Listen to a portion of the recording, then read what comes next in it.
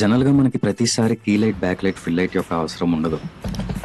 కొన్నిసార్లు ఒక్క లైట్తో కూడా మనం మంచి లైటింగ్ పెట్టుకోవచ్చు. మీరు ఏ టైప్ ఆఫ్ లైట్ అయినా యూజ్ చేయొచ్చు.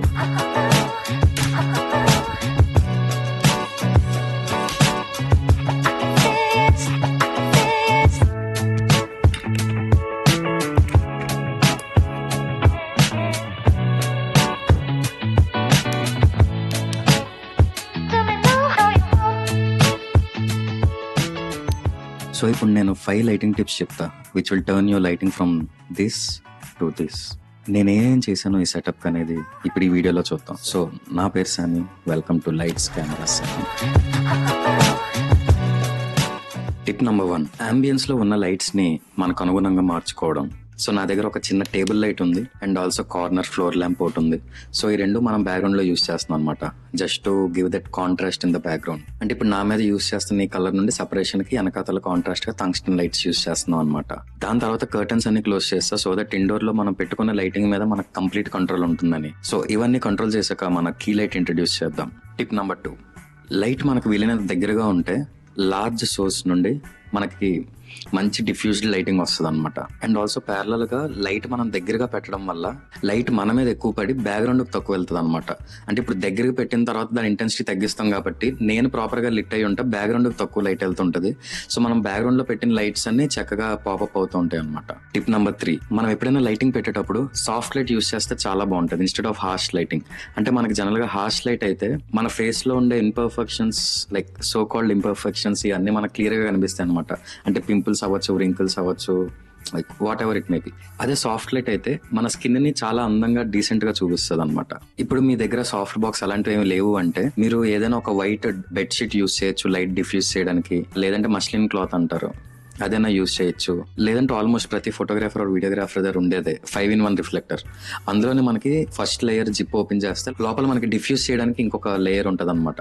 సో అది కూడా యూజ్ చేసి మనం లైట్ డిఫ్యూజ్ చేసుకోవచ్చు. టిప్ నెంబర్ 4, సో ఈ కంప్లీట్ సెటప్ లో లైట్ యొక్క ప్లేస్మెంట్ కూడా చాలా ఇంపార్టెంట్ రోల్ ప్లే చేస్తుంది. లైక్ మనం లైట్ ని 45 degrees యాంగిల్లో ఇప్పుడు పెట్టినట్టు పెడితే, సో నేను ఇలా కూర్చొని ఉన్నా కదా, నాకు కొంచెం డయాగ్నల్ గా పెట్టాను అనమాట లైట్ ని, so that it will create that dramatic look on my right side. ఇదే లైట్ ని కొంచెం మనం పైకి పట్టుకెళ్తే నా రైట్ సైడ్ షాడోని కొంచెం తగ్గిస్తూ నాకు చిన్న కింద షాడో క్రియేట్ చేస్తుంది అనమాట.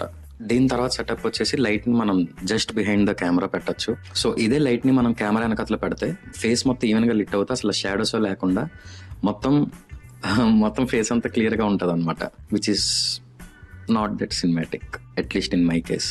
లాస్ట్ టిప్, అసలు మన దగ్గర మనీ లేదు, లైట్స్ లేవు అని బాధపడే కన్నా మన దగ్గర ఉన్న లైట్స్ తోటే లైట్ సెటప్ పెట్టుకోవడానికి ట్రై చేయడం బెటర్ అనమాట. మన దగ్గర ఎంత ఉంటే అంత, 150, 200, 300, 450, 500, 550, like it goes on till lakhs. Okay, so మన దగ్గర ఉండే బడ్జెట్ బట్టి ఒక లైట్ సెలెక్ట్ చేసుకొని ఆ లైట్ తోటి మీరు ఎక్స్పెరిమెంట్ చేయండి, ప్రాక్టీస్ చేయండి. మీరు ఎంత ఎక్స్పెరిమెంట్ చేస్తూ ఎంత ప్రాక్టీస్ చేస్తే మీకు లైటింగ్ అంత బాగా అర్థమవుతుంది. ఫర్ ఎగ్జాంపుల్ 5 years బ్యాక్ నేను ఒక ఫ్లడ్ లైట్ యూస్ చేసేవాడిని, విచ్ వాజ్ అరౌండ్ 280 rupees నాకు గుర్తున్నంత వరకు. సో ఆ లైట్ ఇట్స్ టూ హార్ష్, చాలా హార్ష్ లైటింగ్ వచ్చేది. సో నేను ఇందాక టిప్ నెంబర్ 3లో చెప్పినట్టు నా దగ్గర అప్పటికే 5-in-1 రిఫ్లెక్టర్ ఉండేది. సో అందులో ఆ డిఫ్యూజ్డ్ లేయర్ యూస్ చేస్తూ దాన్ని లైట్ ముందు పెట్టి అలా షూట్ చేసుకునేవాడిని అనమాట. దాని బీటీఎస్ నా దగ్గర లేదు, బీటీఎస్ అంటే బిహైండ్ ద సీన్స్ నా దగ్గర లేవు చూపించడానికి. బట్ ఆ టెక్నిక్ యూస్ చేసి క్రియేట్ చేసిన వీడియో ఒకటి ఉంది, అది నేను లింక్ డిస్క్రిప్షన్లో పెడతాను, వీలైతే వెళ్ళి చూడండి. సో నేను చెప్పాలనుకుంటుంది ఏంటి అంటే, మన బడ్జెట్ కన్నా మన దగ్గర ఉన్న ఎక్విప్మెంట్ కన్నా మన ప్రాక్టీస్ అండ్ ఎక్స్పెరిమెంట్సే మెయిన్. సో మీరు ఎంత రెగ్యులర్గా ప్రాక్టీస్ చేస్తూ ఎంత బాగా ఎక్స్పెరిమెంట్ చేస్తుంటారో మీ కెమెరా యాంగిల్స్తో అవనివ్వండి, లైటింగ్తో అవనివ్వండి, లేదా story what ever it may be. So budget and equipment కన్నా ఉన్న దాంట్లో ప్రాక్టీస్ అండ్ ఎక్స్పెరిమెంట్ చేయడం మిన్న. That's it for today's video. Until my next video.